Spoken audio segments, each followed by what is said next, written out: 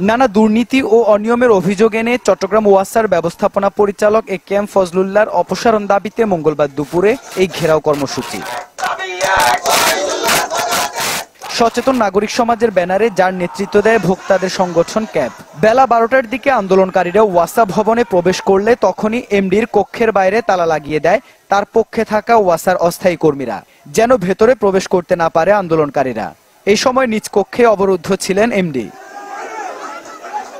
এক পর্যায়ে সেখানে স্লোগান দিতে থাকেন আন্দোলনকারীরা, দাবি তোলেন এমডির পদত্যাগের। এই সময় আন্দোলনকারীরাও পাল্টা তালা লাগিয়ে দেন এমডির কক্ষে। কিছুক্ষণ পরই এমডির পক্ষে বিএনপির নামে স্লোগান দিয়ে ভেতরে প্রবেশ করেন কিছু সংখ্যক অস্থায়ী কর্মচারী। তারা আন্দোলনকারীদের ধাক্কা দিয়ে বের করে দেন। এতে শুরু হয় হট্টগোল। পরিস্থিতি নিয়ন্ত্রণে আসেন সেনা সদস্যরা। হামলাকারীদের আওয়ামী লীগের দোসর বলে অভিযোগ করেন আন্দোলনকারীরা। অন্যদিকে আন্দোলনকারীদেরও আওয়ামী লীগের দালাল বলে অভিযোগ করেন অপরপক্ষ। চট্টগ্রাম ওয়াসা জনসেবামূলক প্রতিষ্ঠান, এটা সেবা দিয়ে যাচ্ছে। আপনারা যদি পানি না পেয়ে থাকেন, কারো ব্যাপারে সুনির্দিষ্ট অভিযোগ থাকতেই পারে, আমার ব্যাপারে থাকতে পারে, আপনার ব্যাপারে থাকতে পারে।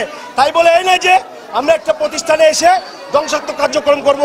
তার এই অনিয়ম দুর্নীতির বিরুদ্ধে যথাযথ জবাব দিতে এবং তার সর্বোচ্চ শাস্তি ও তার পদত্যাগ আমরা চাই। তারা ছাত্র দলের ফুলাও হইতে পারে না, ছেলেমেলে হইতে পারে না, বিএনপির ফুলা ফাইনে হইতে পারে না। ওরা আমার মিলিকাল দালাল, তার বুঝে ওরা আমাদের গায়ে হাত দিছে। তবে যারা স্লোগান দিয়ে ভেতরে প্রবেশ করেছে তারা কেউ বিএনপি রাজনীতির সাথে জড়িত নয় বলে জানায় শ্রমিক দল। আপনারা যেটা দেখছেন আমরাও দেখছি, যেহেতু আমাদের কর্মসূচি নাই, আমাদের নেতারা ওখানে যাওয়া তো প্রশ্নই আসে না। যে আওয়ামী সন্ত্রাসী গোষ্ঠীদের কিছু নিয়োগকৃত লোক ওখানে আছে। ওখানে একটা ছবি আমাদেরকে দেখাইছে, ওখানে আউটসোর্সিং এর চাকরি করে ওরা, ও চেহারাটাই আমরা দেখছি। জামাত, বিএনপি, জাতীয় পার্টি, আওয়ামী লীগ সব সংগঠন আছে। এখন যদি কেউ ব্যক্তিগতভাবে দলের স্লোগান দেয়, সেটা সম্পর্কে দায়িত্ব কিন্তু আমাদের না। পরে সব পক্ষকে নিয়ে বৈঠকে বসেন সেনা সদস্যরা। হামলাকারীদের আইনের আওতায় আনার পাশাপাশি আন্দোলনকারীদের ধৈর্য ধরার আহ্বান জানানো হয় বৈঠকে।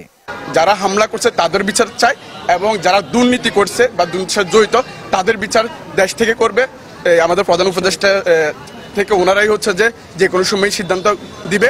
ওনাদের সামনে এই প্রতিশ্রুতি দিয়েছেন এই ধরনের কোনো ঘটনা ঘটবে না এবং তাদের বিরুদ্ধে ব্যবস্থা নেবে এবং এই বিষয়ে ক্ষমা চেয়েছেন। উনি যেটা বলতে চাচ্ছেন, সরকার যখন ওনাকে বলবেন তখনই উনি পদত্যাগ করবেন। স্টুডেন্টের যেটা ক্লেম, সেটা তারা যেহেতু শান্তিপূর্ণভাবে পদত্যাগের দাবি করছে, সেটা চলমান থাকবে। যেটা তারা চাচ্ছে আর কি, সেটা চলমান থাকবে। যতক্ষণ পর্যন্ত শান্তিপূর্ণ থাকবে ততক্ষণ পর্যন্ত আমরা এখানে আছি, সমস্যা নেই। দীর্ঘ 15 বছর ধরে ওয়াসার এমডির দায়িত্বে রয়েছেন একেএম ফজলুল্লাহ। তবে পদত্যাগের দাবি বা দুর্নীতির অভিযোগ নিয়ে তার কোনো বক্তব্য পাওয়া যায়নি।